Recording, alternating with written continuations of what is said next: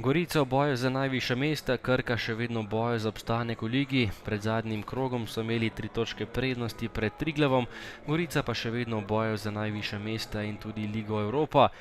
Prva akcija tekme za domačine, veliko boljši začetek sinje modrih, pa povratni žogi Bonipetrija je vdaleč poskušal Berardoka, a nekoliko mimo gola.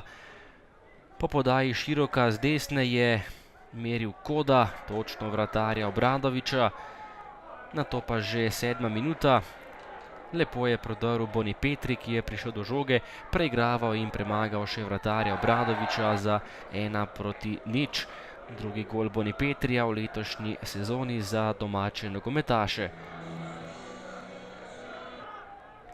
9. minuta in nova velika priložnost za Gorico, izjemno dober začetek Primorcev, lepa globinska žoga Kode, Bonipetri je bil sam pred Obradovičem, ki pa se je tokrat izkazal.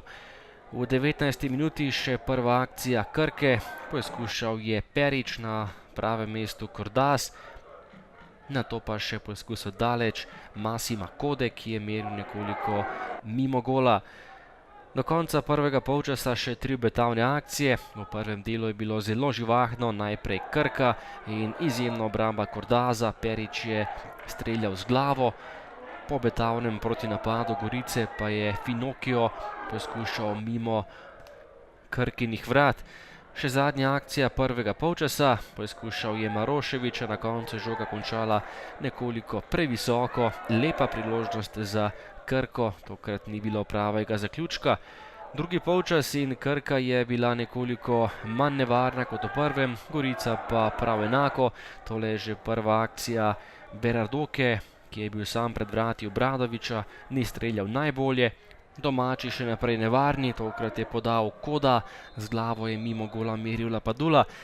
Še zadnja akcija tekme, z glavo je poskušal Modolo, Obradovič je žogo izbil v kot in Krka je doživela še en poraz, tokrat v novogoriškem športnem parku.